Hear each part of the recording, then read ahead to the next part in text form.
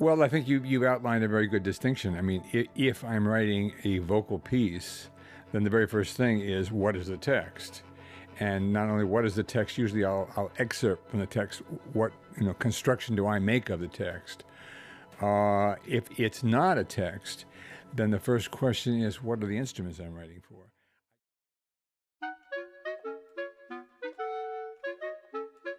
Minimalism. The idea that there is virtue in stripping away. That simplicity is beautiful and gives rise to its own special kind of complexity. One that feels as old as the world itself, but is relatively new. In music, minimalism was the single most important idea of the 20th century. It was a new end category of surrealist expression that incorporated the use of minimal materials. Pieces that only use a few notes, pieces that only use a few words of text, or pieces written for few instruments. One that wasn't thought of as a movement, but a pattern shift. A specific that brought about change in how sound is made, heard, and thought of, and was a result of the eventual classical domain and its excessively used principles. This shift was fermented in the Lauschloften art spaces of New York, Los Angeles, and San Francisco, America, circa 1950s. And additionally, this newfound aesthetic form of music brought about an invigorating rivalry between downtown and uptown Manhattan. This can be seen through the challenge made by the working class of the downtown, one that consisted of university and art students, against the music establishment and its upper-class classical profile. However, if it wasn't for the crucial role of certain influential figures, the concept of minimalism would have been drowned by the pop mainstream.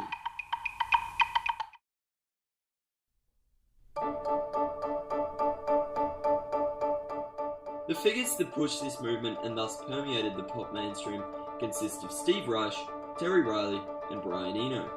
A sole American impulse and concept, which was first released to the broader community through Terry Riley's 40-minute composition, In C, in 1964.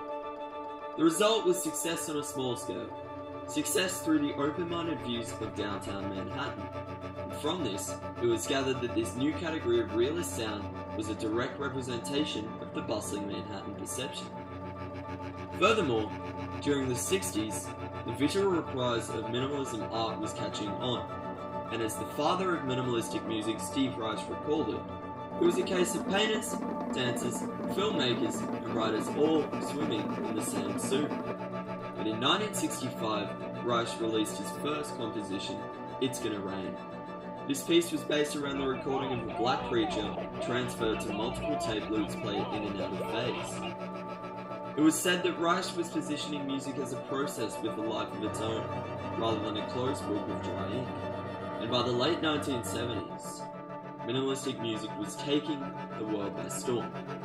This can be seen through the global success of Reich's masterpiece, Music for 18 Musicians, in 1978.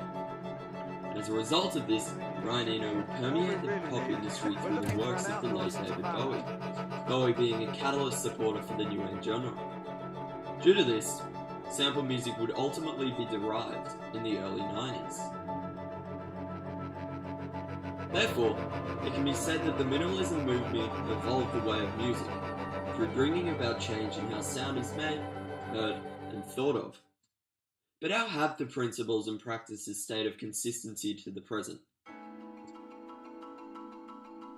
Well, I think minimalism is provide an aesthetic that is used in many different ways. A lot of people hear it and it washes over them. They mightn't realise exactly what they're listening to or where it's come from. So, you know, it's formed part of our musical environment now.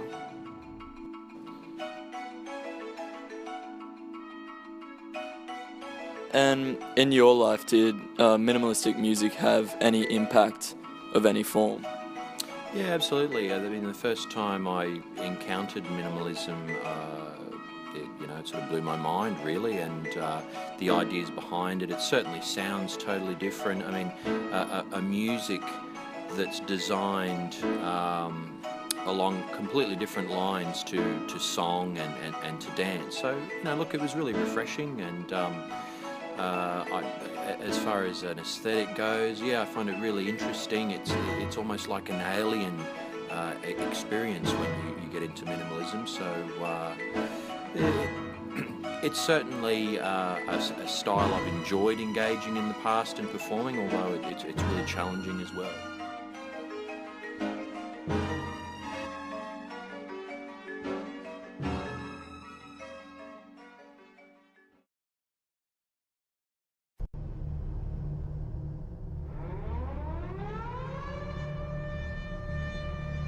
Minimalism. A beautiful movement of simplicity. One personified by its innovation of the modern world.